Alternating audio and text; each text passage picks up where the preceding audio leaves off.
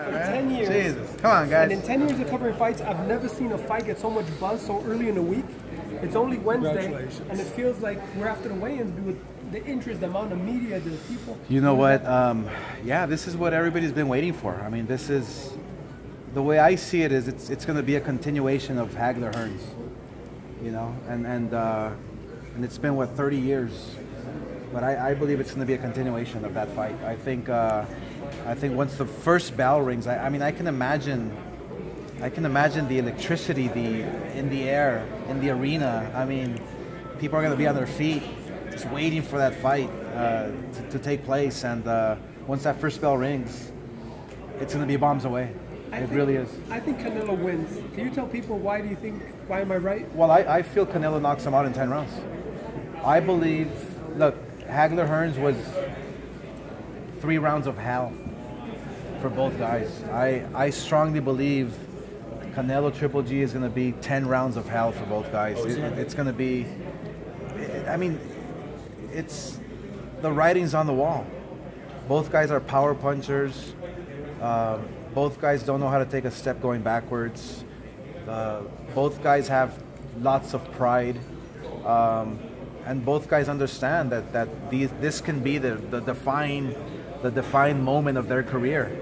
You know, these are the types of fights that mold your legacy. You know, and these are the types of fights that my kids are going to be talking about. You know, I mean, we're talking about Hagler Hearns. That's 30 years ago. My kids are going to be talking about Canelo Alvarez Triple G. Now, Oscar, looking at Canelo and what he does in the ring, what one attribute will win him the fight more than any other one? A lot of people are talking about his counterpunching ability. What says you? Well, I think that's a key component, if I can say. Canelo's a smart guy. He's not a runner. He's not a pure boxer. Mm-hmm. He's a guy who will counterpunch you, who will stay in front of you and move his waist and counterpunch you. You know, I strongly feel that you know, when that first bell rings, the first guy to take a step going backwards. I mean, the first guy who does that first, like, you know, think about it. People are gonna boo. People are gonna, and these guys are they have so much pride that they're gonna be forced to move forward. You know, that's why this fight is a can't miss. I mean, the writing's on the wall. This fight should be a classic, and I can't wait. Triple G has a great jab. What would you advise Canelo to do to neutralize that? Just move his waist. Move your waist. Counter your jab with and throw your jab right back, or move side to side and counter with right hands and left hooks. You know, Canelo's a guy who has been learning. Every single fight he's been getting better. You've been seeing him. His progression has been incredible, and he's only 27 years old. So I think, see, the reason why I love this fight so much is because we haven't seen the best of Golovkin. We haven't. And we haven't seen the best of Canelo. But these are the types of matchups that bring out the best in you.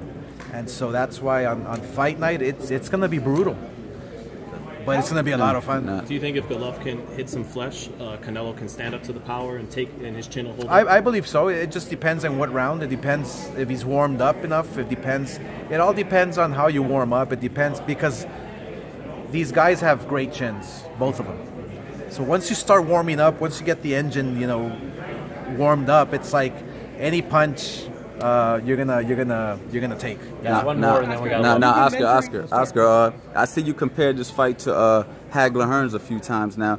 How do each of these fighters do in that era? How do you think Canelo would do against a Hagler or Hearns, or even Triple G against a Hagler or Hearns? Oh my gosh, it's different. It's totally different. I mean,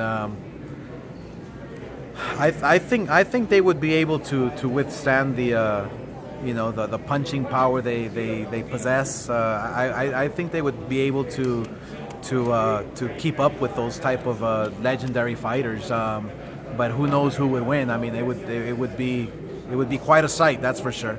I mean, it's like for instance, you know, I mean, people say, what would have happened if you and Sugar Ray Leonard, you know, would have fought? That would have been a good fight. You know what I'm saying? That would have been a real good fight. Sugar Ray would say, "Oh, I would knock you out in 4 rounds," and I would say, "I would knock you out in 3 rounds," like because we're so competitive, you know. Right. But it would have been you know, those dream matches that everybody thinks about, and you know that you can only dream about, you know. So I don't know. I mean, imagine Hagler versus Canelo. Would be a bloodbath. Would be a total war for as long as it lasts. Right. And as a promoter, how do you feel? Do you get nervous seeing your guy Canelo, the cash cow, fighting a puncher like Golovkin? Does it make you a little bit nervous saying, what if he gets seriously injured in this fight?